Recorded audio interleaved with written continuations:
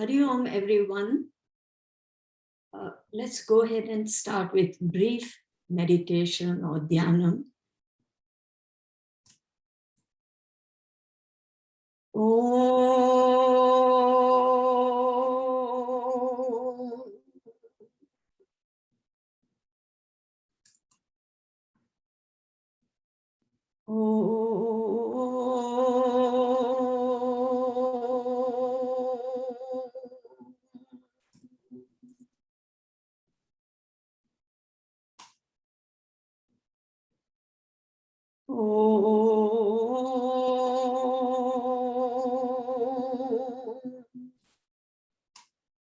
Om Sahana Bhavatu Sahanau Bhunaktu Sahaviryam Karavavahai Tejasvinavaditamastu ma vidvishavahai.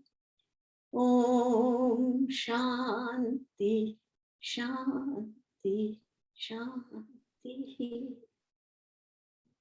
Hari Om. Let's start the initial preparation, including posture, head, neck, back in one straight line. Sit erect, but not stiffly, in the chair or on the ground.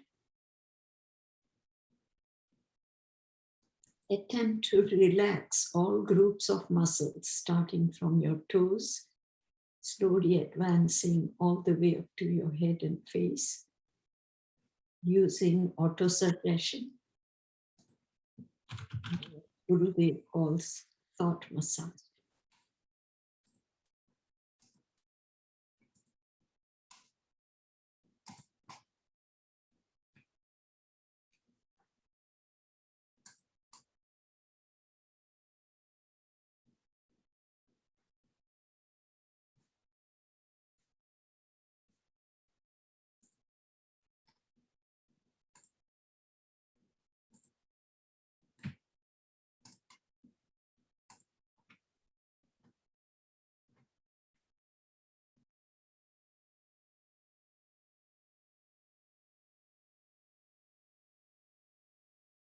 Now take 3 deep breaths to confirm this relaxation, mainly to identify areas that are still somewhat tense.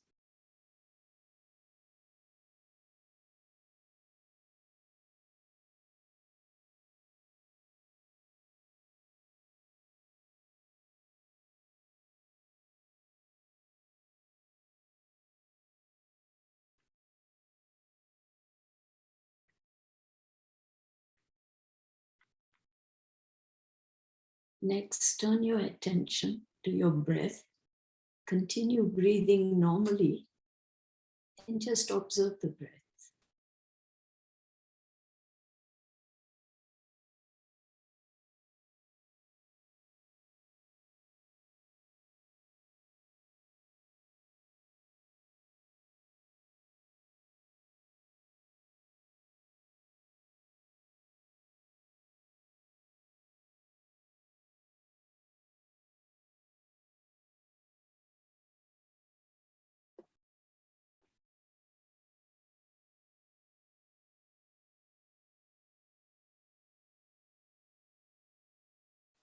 Thus far, we have relaxed our physical body, Annamaya Kosha. We have continued to breathe normally and somewhat regulated the breath, Pranamaya Kosha. Now we'll offer our namaskaras to Guru and Ishta Devta before we travel further inwards.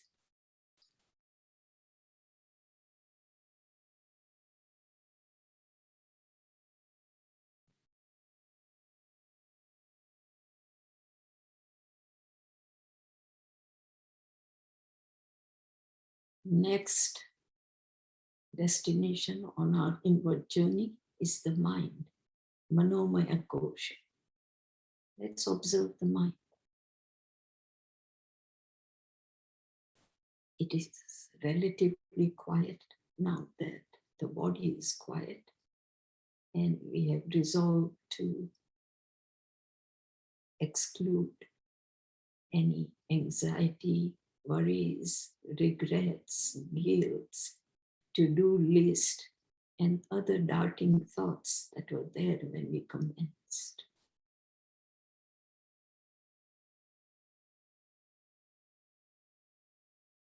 Ask the mind to cooperate. No more planning for future. No reacting to the past. I just want to be in the present. Enjoy the quietude of the mind.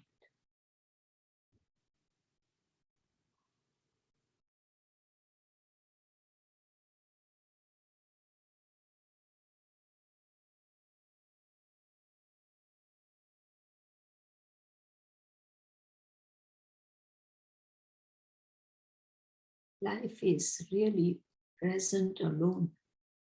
That's when we can act. And this present will become past and future.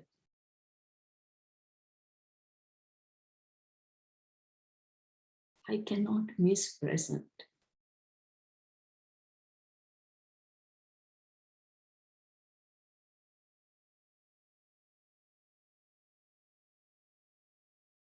Continue your relaxation by envisioning a beautiful scene in nature that you may have come across lately. Perhaps a small lake with lush vegetation around it. The waters of the lake having no ripples, being clear and beautifully reflecting the sun and the sky.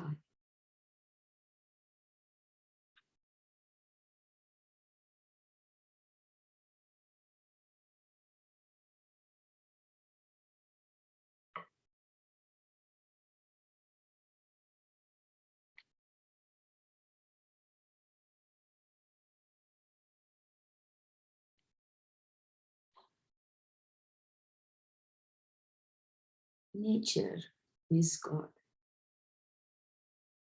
And seeing the beauty makes you request Ishwar Anugraha or grace for yourself too. A prayer of surrender. I'll chant a serenity prayer. Lord, grant me serenity to accept things I cannot change. Courage to change things I can. And the wisdom to know the difference.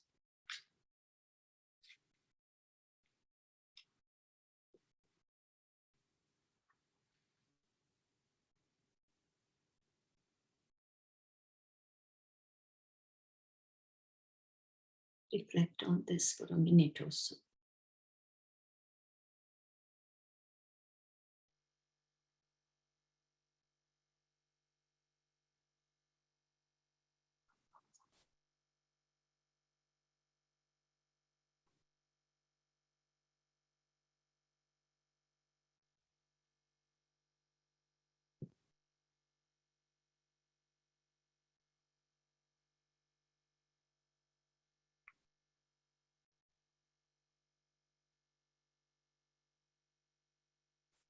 Oh,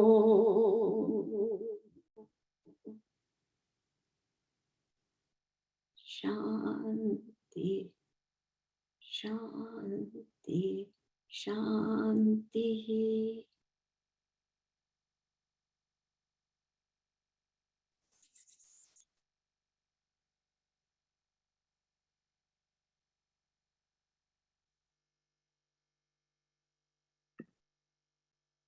Hari Om, everyone. Today, I'll start with some Shanti mantras, and then we'll continue our study of chapter 2 of Gita, where Shuchita ji stopped last time. Sadashiva Samarambham Shankaracharya Madhyamam Asmadacharya Paryantam Vande Guru Paramparam. Om. Vasudeva Sutam Devam Kamsachanuramardanam Devaki Paramanandam Krishnam Vande Jagadguru. Samasta Jana Kalyane Niratam Karunamayam Namami Chinmayam Devam Sadgurum Brahma Vidwaram Sadgurum Brahma Vidwaram. So we saw last time that Arjuna was in a very helpless situation. This mighty warrior who came to the Kurukshetra grounds suddenly changed 180 degrees. And he was having difficulty resolving his conflict. Conflict being, he didn't think he should fight as a grandson of Bhishma Pitamaha or as a Sishya of Dronacharya. And he just plunged himself into terrible grief that he just couldn't come out of. He couldn't handle his emotions. And of course, he was under the cloud of moha or delusion, or shall we say, illogical or wrong thinking, which a lot of us get into when we are thrown at some kind of choiceless situation or something that puts us out of balance. Now, Arjuna was wise enough to realize he needed help, and he approached Sri Krishna, surrendered to him, and asked for his teaching. That's when Gita Shastra begins officially from verse 11 in chapter 2 and continues till chapter 18, verse 66. Sri Krishna is no more Parth Sarathi, he is now his guru and actually Jagat Guru, because indirectly all of us are being taught by him. Krishnam Vande Jagat Guru. So let me recap what we saw last time. And pardon me if I go into some other details, because I think that will help us to understand the highest truth that Sri Krishna is elaborating on in next few verses. So we'll chant verse 11 together. Please mute yourself so there's no echoing.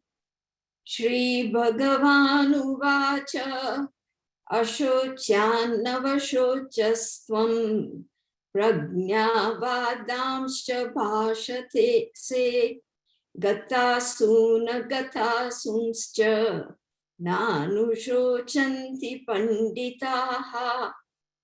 So here, this is a key statement of Gita, which Sri Krishna will elaborate on in this chapter and subsequent chapters.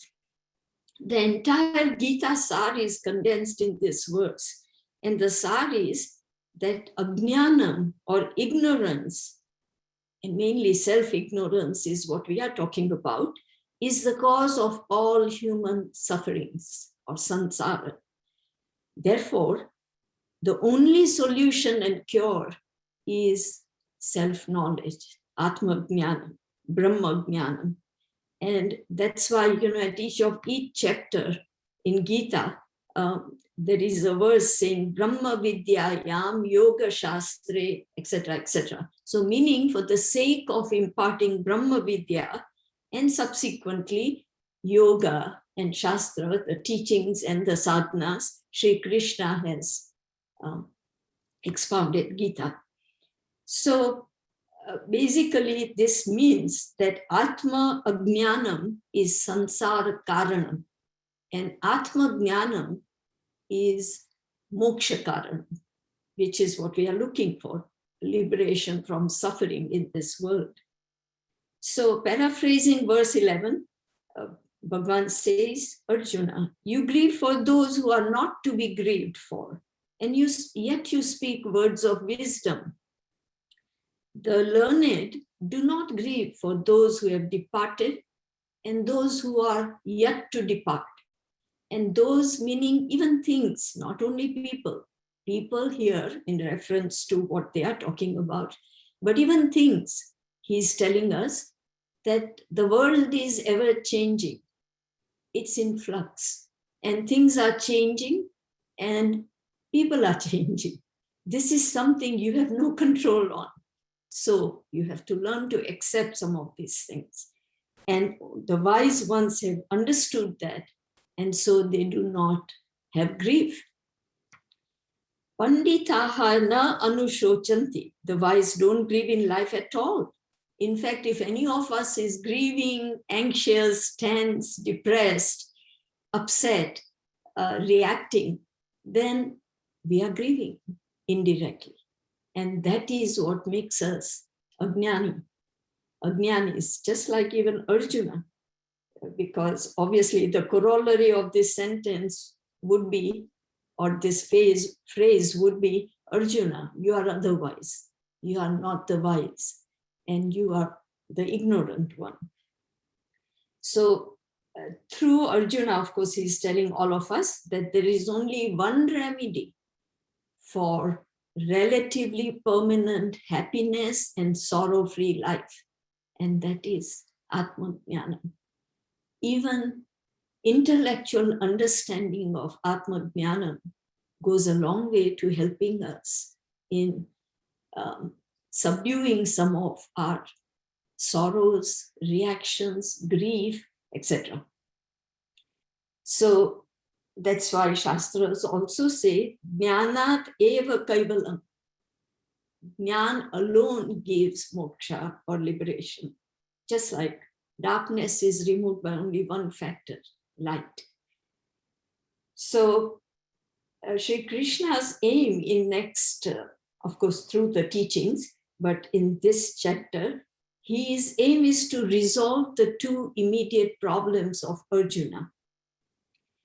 The incidental problem of his refusing to fight the war when everybody else on Kurukshetra grounds are ready to start. So even though this is a dharma yudh for a kshatriya, he is choosing not to fight it on his personal grounds.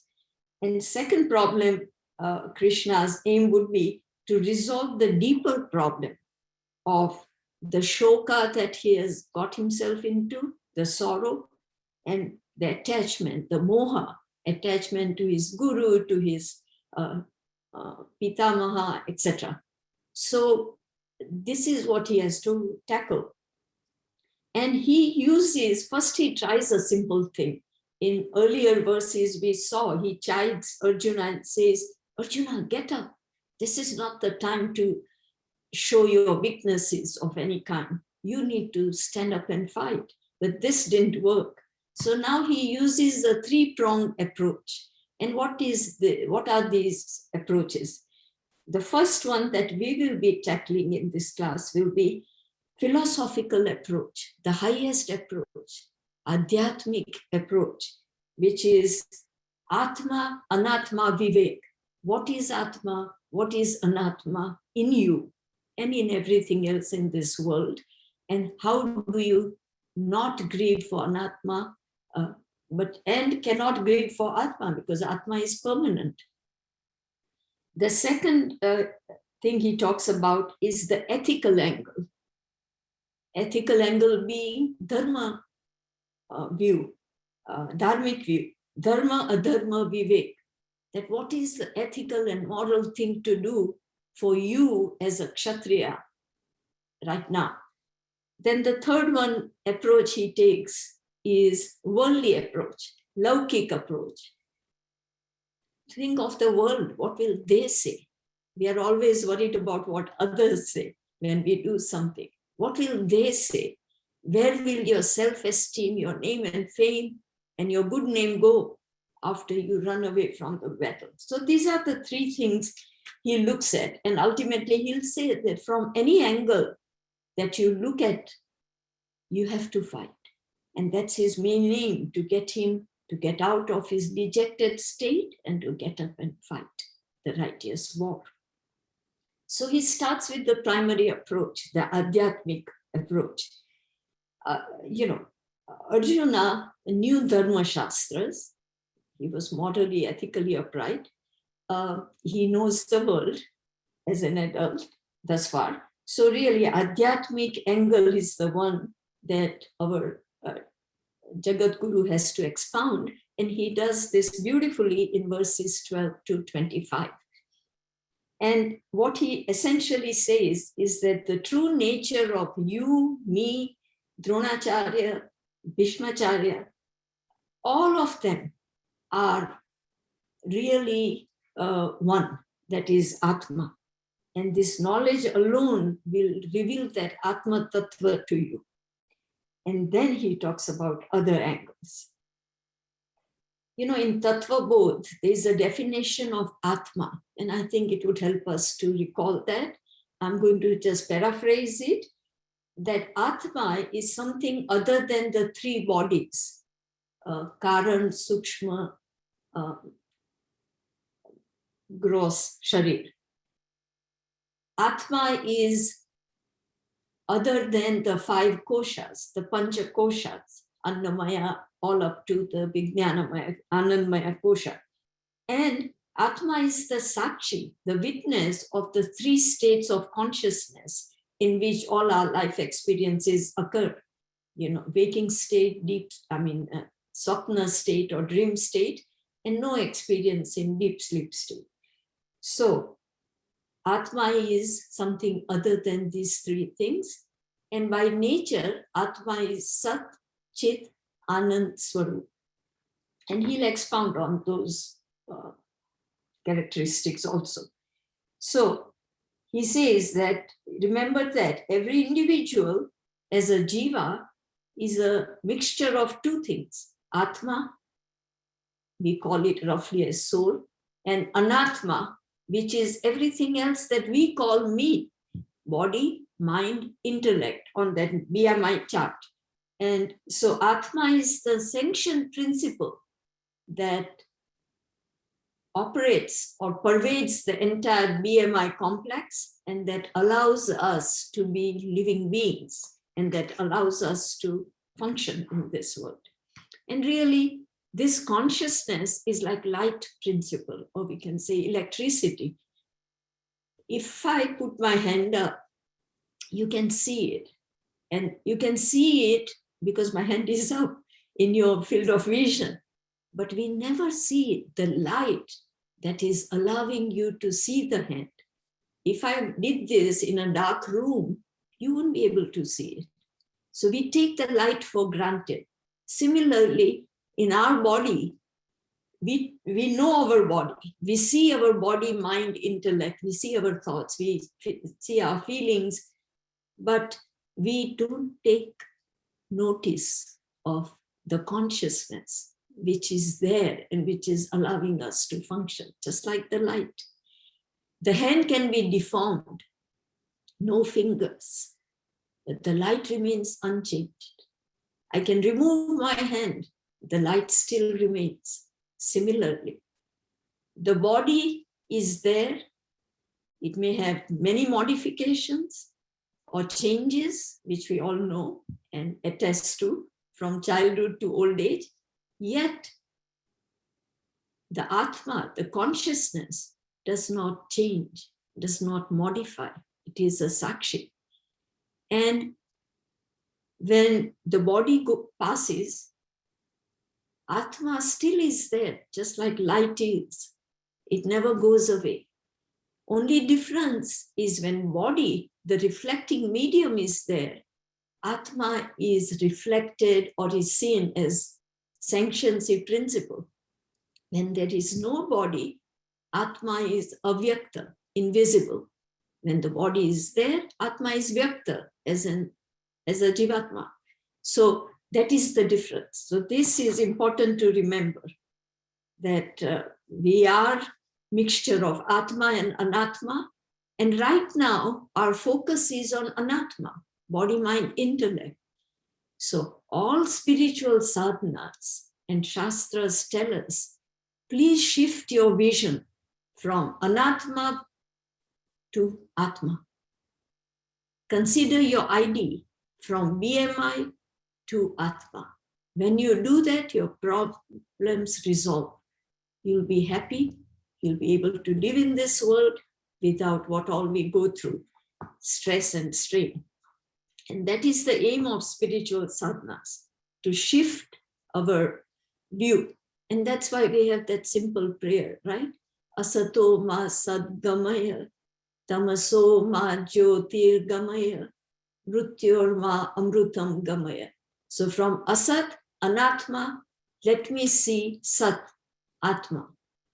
From tamaso, darkness, let me see light.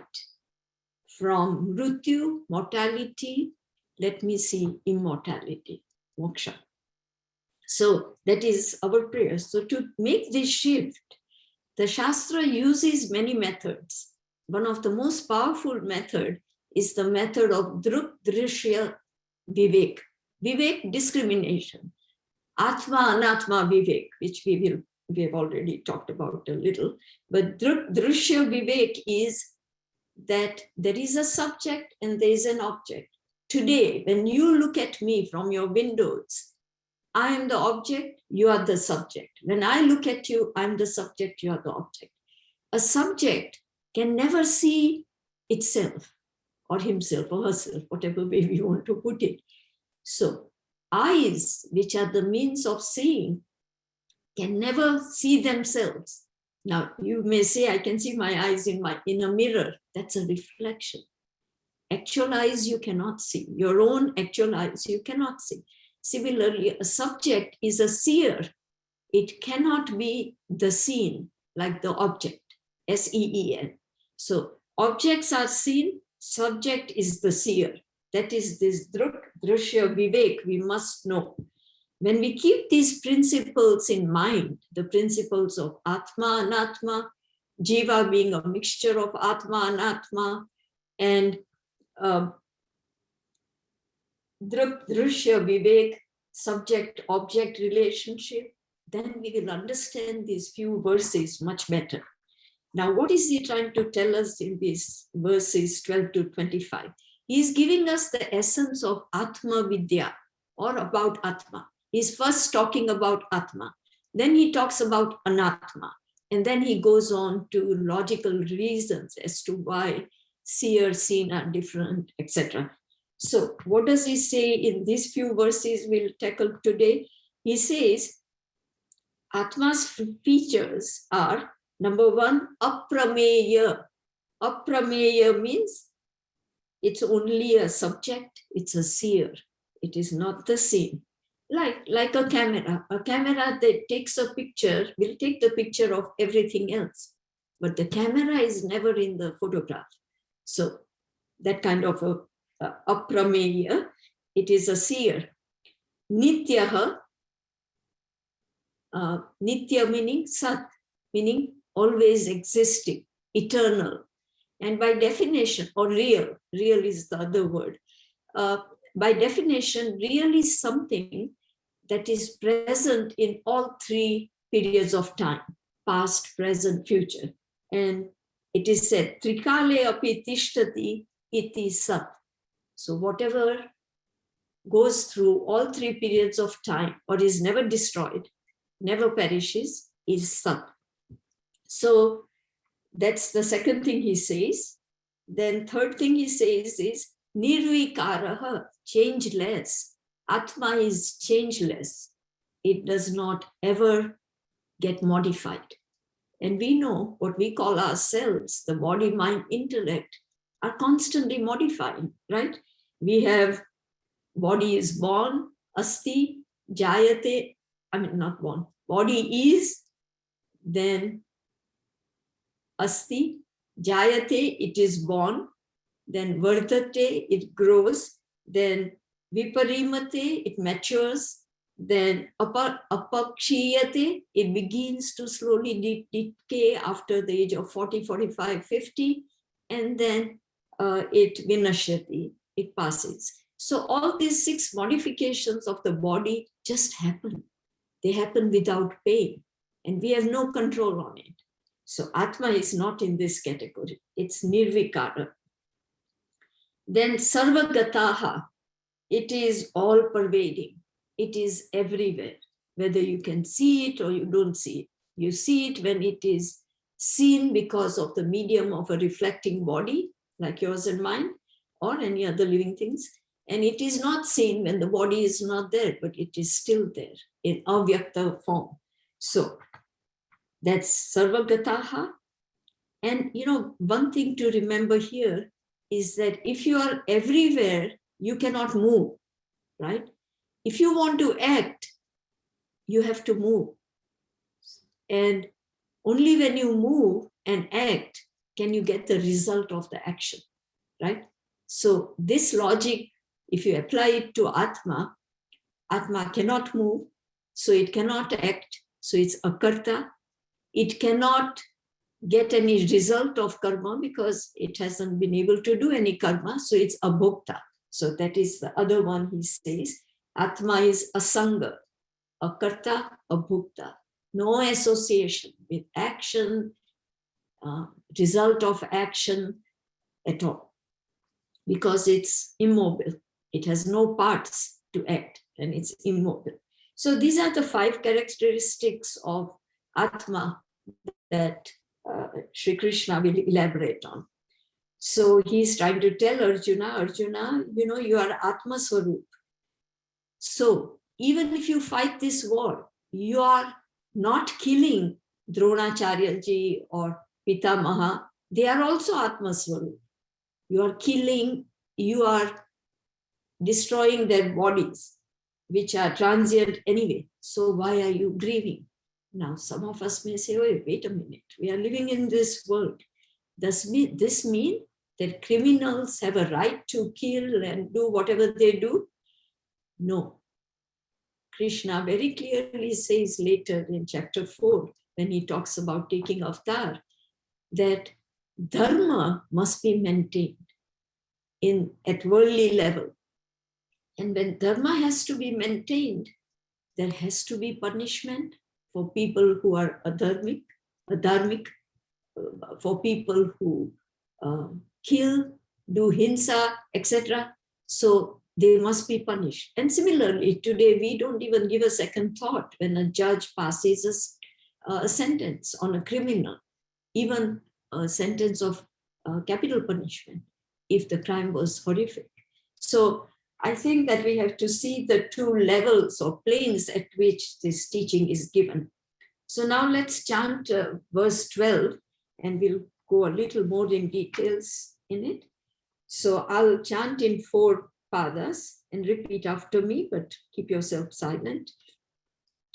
Natvevaham jatu nasam, natvevaham jatu nasam, natvam neme janadivaha, natvam neme janadivaha, nachaiva na bhavishyamaha, nachaiva na bhavishyamaha, sarve vayamatah param, sarve vayamatah param. Together. Natvevaham jatu nasam, natvam neme janadivaha, nachaiva na bhavishyamaha, sarve vayamatah param. Paraphrasing, but certainly it is not a fact that I do not exist at any time. Sri Krishna is so clever and mischievous that he uses 2 negatives to tell us that it is positive, kind of. So he says, it's not a fact that I did not exist at any time, nor you, nor all these rulers of people, pointing to all the kings on the battlefield. And surely it is not that we all shall cease to exist after this meaning this body drops. So looking at individual padas, natu eva jatu aham na asam. First pad, I think talking about the past, there was never a time when I was not there. Now, if Arjuna was listening, he would have said, well, you're talking about yourself. What about me? So he says, listen completely. Natvam na ime janadipaha. Nor you, nor all these Jana Dipaha, Dipa rulers, Jana people, nor all these rulers of people, all these kings standing here. So there was never a time when I was not there, nor you, nor all these kings or rulers. Now, he doesn't talk about present, because present time, we see each other. We don't need proof. It's doubtless. So after talking about the past, that we were always there in the past, he goes to future. Nacha evana bhavishyamaha. We all will be there in future, in bhavishya. We will all be there. And the last part, vayam sarve ataha param. Vayam, we all, sarve, all of us. Ataha param. We are here now and we will be there in future.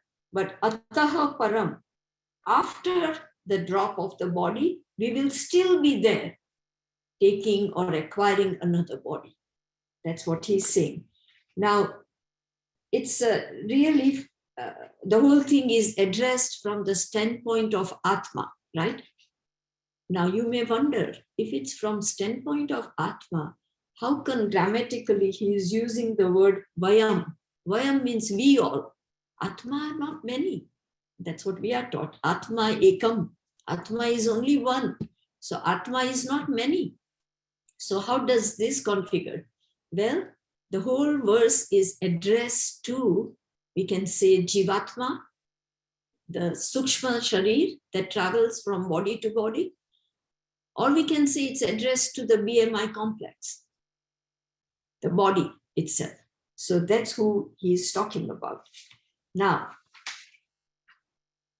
what is this verse telling us? In essence, it's telling us that Atma is Nitya.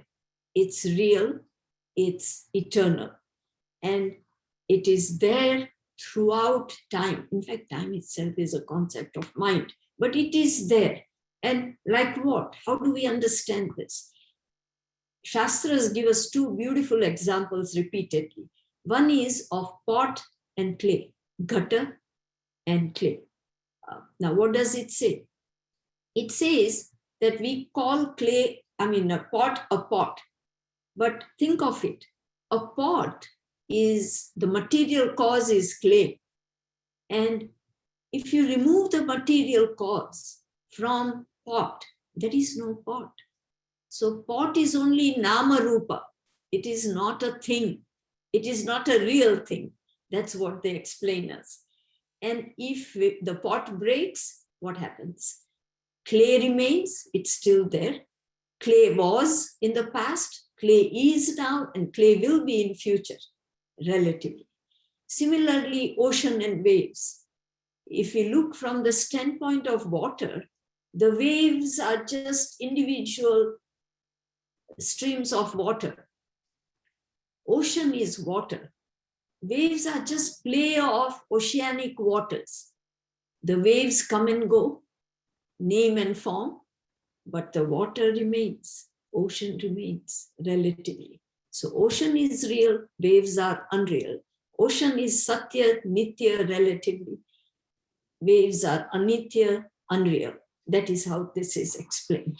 So now then my question is, what is birth and death if I am eternal? Why all this drama of being born and living and dying? So let's chant verse 13 and Bhagwan will enlighten us. He gives this as, after giving us an example of what we know daily. Again, lead and repeat. Dehinosmin yatha tehe. Dehinosmin yatha tehe. Kaumaram yauvanam jara. Kaumaram yauvanam jara. Tatha dehantara praptihi. Tatha dehantara praptihi. Dhirastatra na muhyati. Dhirastatra na muhyati. Together.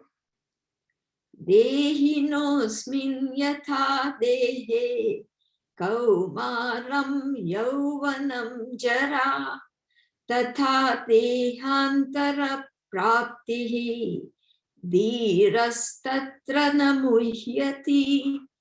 Beautiful example. So he's saying, as our maybe childhood, boyhood, youth, old age, to an embodied being, the Atma in us, in this present body, similar is acquisition of another body by the Atma once the body perishes, this body perishes. Thus, intelligent one does not get deluded about who he is. So, this is a very oft-quoted verse because it hits home. We know all these conditions of human life or human aging, etc. So we do know one thing, that in and through all these changes, be it childhood, which is not mentioned here, then boyhood, which Bhagwan calls Kaumaram, Yauvanam, youth, Jara, old age, when decay starts. During all this, Natve Chaham Jatu Nasam. During this time, when I am in this Asmin Dehe, in this body, when I am, meaning Dehinaha meaning the embodied soul, Atma, when it is in this body, it goes through these 4 stages of life. But do I change my ID, my name, my relationships, etc., in and through all these stages of mine? I don't. I remain the same. So who is that I, through all these stages? That I is the Nitya principle Atma, and that is consciousness.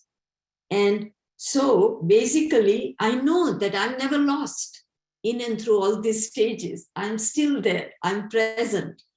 Just like in Austin these days, so many buildings are being demolished and new buildings are being put up.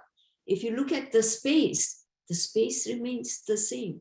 The walls, the space is bound by walls, or the walls are broken down.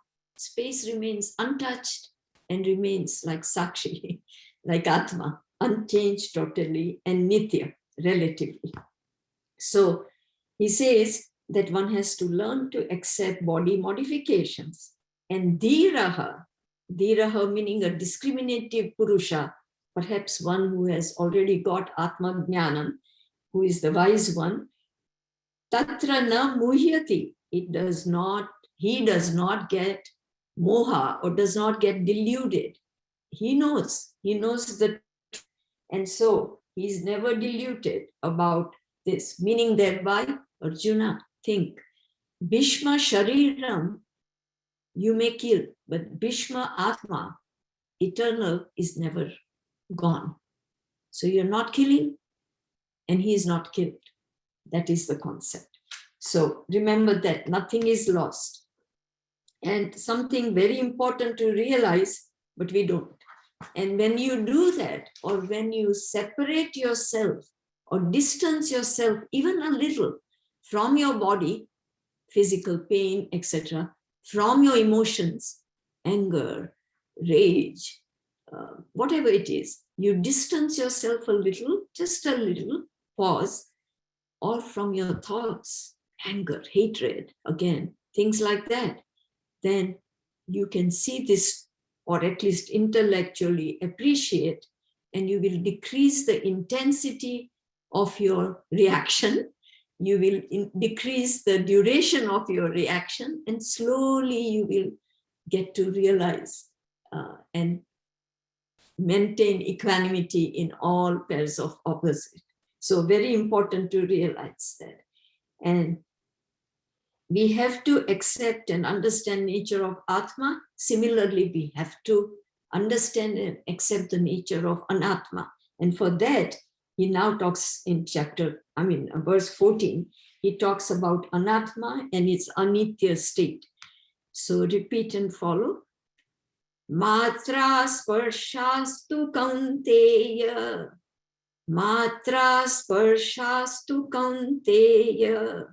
Shitoshna sukha dukkadaha. Shitoshna sukha dukkadaha. Agama payino nityaha. Agama payino nityaha. Tam titikshasva bharata. Tam titikshasva bharata. Matra sparshastu kaunteya. Shitoshna sukha dukkadaha. Agama payino nityaha. Tam titikshasva bharata. Again, very, very nice verse. Something we have to keep in mind all the time. And if you recall, as Shuchita ji talked about Agama Payino, arrival, departure, quite a bit last class. So he says, but to, first part, the contacts of sense organs with objects in the world produce heat, cold, happiness, unhappiness, or sorrow. They all have a beginning, they all have an end, and are transient. Bear them, learn to bear them, endure them. So let's look at a few things before we go to individual pada. Remember, today in Dhyanam, I introduced the serenity prayer. The idea is the same, that you don't have choice all the time when you face situations and people and things. Some things you can change, some things you cannot change. The wise is the one who knows the difference. What can I change? I must put in self-effort. What can I not change? I have to learn to accept. Acceptance is a big virtue that one can develop to live quietly. Without that, this mind cannot be quiet enough to even study Vedanta, let alone meditate or achieve the highest goal. So he says, the wise one, the intelligent one, doesn't even attempt to change something that he cannot change. Like, for example, if I were to ask you, can you change the smell of onion? Who can change the smell of onion? We will accept we can't. That we don't have trouble doing. But we have trouble not being able to change our spouse or our friend or somebody else near and dear to us. That we have trouble accepting. So think of that. We have to make sure we know what is the choiceless situation I cannot change and what is where I can assert some choice and some effort. And so the intelligent one, when he cannot change anything or choiceless situation, what does he do? He changes his attitude to that thing. He changes his attitude to that thing. He doesn't resist sorrow. He accepts it and then decides what he can do to alleviate it, to decrease it, to keep his mind equanimous, ultimately, or quiet. So here, again, the idea is that the nature of a thing, like onion, we talked about, the smell of onion or whatever, you cannot change. Nature of anything, you cannot permanently change. We evaporate the water, we cool the water to make ice, but ultimately that thing will revert to its natural state, flowing water. So similarly, one cannot change the nature of a thing. Anybody, even swabhava of a person, terribly. In a younger ages, by sanskaras and all, the person can change himself, but others cannot change him directly. So what does this Dhira Purusha do? So he says, hey Kaunteya, hey son of Kunti. And why that name is chosen? Because Kunti Devi was an epitome of Shahan Sakti. She tolerated so many adversities in her life. So she was considered that. So says, you are her son. You need to know this, and you don't need to resist sorrow. I mean, you have to resist sorrow. You don't need to give in to sorrow like you're doing right now. So he says, Hey Kaunteya, matra sparsha da, shita ushna sukha dukkha. So ma means to measure, to know. Tra means instruments. And here the instruments are instruments of our knowledge. The 5 jnanendriyas, like eyes, ears, etc. So this matra sparsha, sparsha means contacts. So when these matras contact what? The Vishayas, that is not said here, but that's what is meant. Vishayas in the world, what happens? Daha, they are the giver. Daha, to give. Daha, they are the giver of pairs of opposites. Shita, Ushna, cold, heat. Sukha, dukkha, happiness, unhappiness. Mana, apamana, all of those. So all the pairs of opposite are a result of contact of our sense objects, sense organs with sense objects. That contact you cannot prevent. It is going to be there. You have to use your vivek buddhi to decide. And what do you have to understand? You have to understand that this Atma is Sakshi. It is not doing anything. It is only an observer. Doers are the anitya vastus. Therefore, tam titikshasva. Tam, you, titiksha. You, in titikshasva means endure them. Titiksha means endurance. Bharataha, again, you noble person, illuminated person, divine person, one with divine qualities. Arjuna, you learn to endure them. And that's why, our Gurudev used to say that learn to endure pinpricks of life. Little this, little that, discomfort in life. Don't get used to or don't insist on just comforts at all the time. And that's why we fast, we do without upavas or other times, so that we develop that titiksha, the endurance quality in us, so we can, even when such situations arise, we can take them. That is the idea. So he says, you endure them. And how do you endure them? With the understanding.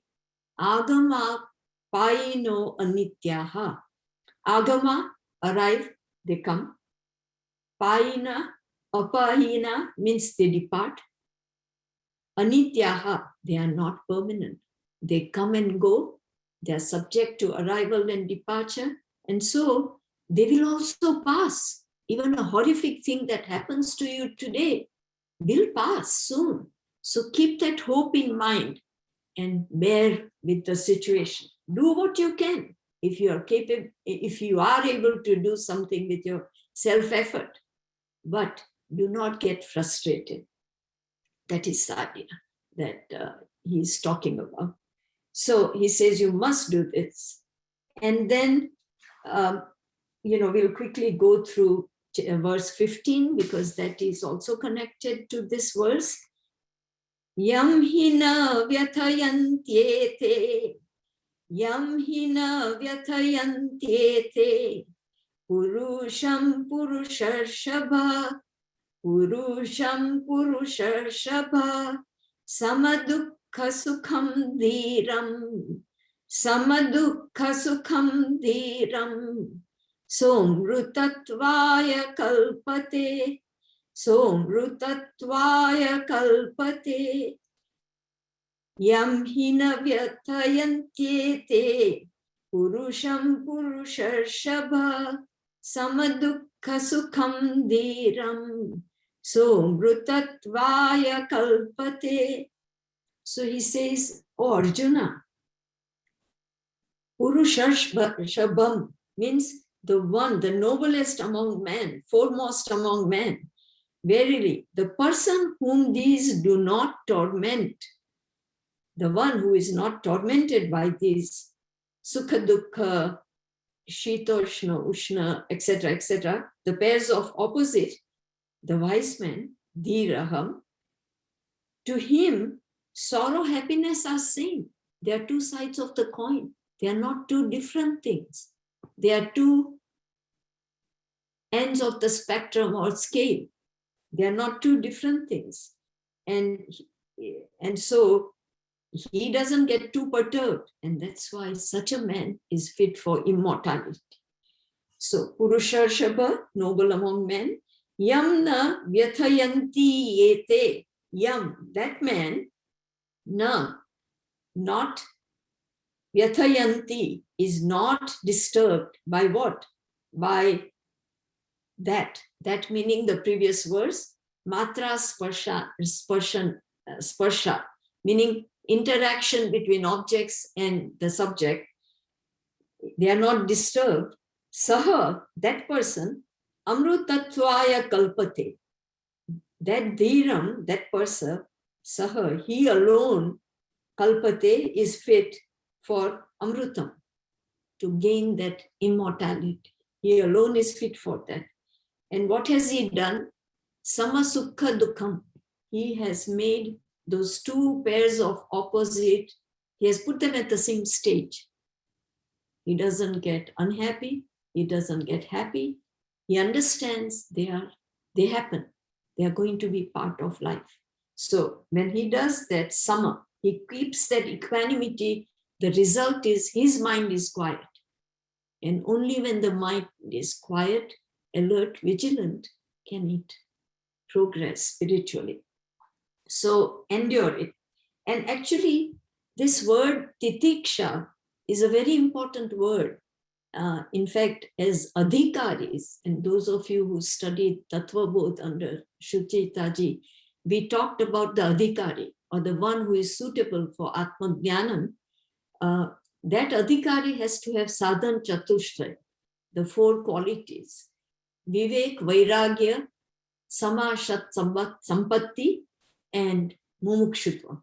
So this shat sampatti, the six virtues, sama, dhamma, titiksha, uparati, shraddha, samadhan, that's where titiksha comes. Endurance is something we have to develop to be able to put Vedanta into daily practice. Otherwise, it is not going to happen. So, and we know, even in English, there is a proverb: what cannot be cured needs to be endured. And it's worth remembering that. And when we endure, it has great rewards. And we endure understanding that that situation is not permanent, it's going to pass. And the reward is our quiet mind, a mind that can think clearly, that can learn, that can understand, implement, and progress spiritually. So I'll stop at this point because we are kind of going a little out of time. But again, in conclusion, I would say that our Lord is teaching Arjuna, and through him us, how to diffuse our sorrow, confusion, and how to fight the war of life, right? And he tells us from three angles. The angle we approach today is from Atma, Anatma, Vivek. And then later he talks about Dharma, Dharma, Vivek. And then he'll talk about from a Laukik point of view or worldly point of view, that how bad it would look if you did not fight, Arjuna. So from any angle you look, Arjuna, you've got to fight. And he talks about the philosophical nature, adhyatmic jnanam of what Atma is, and the various characteristics of Atma as we looked at, and that Atma, you are of the nature of Atma. That's your true nature. What you have understood at present is a form of superimposition because of reflected Atma in the body, mind, intellect, and you're confused. So I'll end here. Thank you for giving me the opportunity. Om Purnamada Purnamidam Purnat Purnamudachyate Purnasya Purnamadaya Purnamevavashishyate. Om Shanti Shanti Shanti. Hari Om Shri Gurubhyo Namaha. Hari Om. Hari Om, everyone. Have a nice weekend, or what is left of it.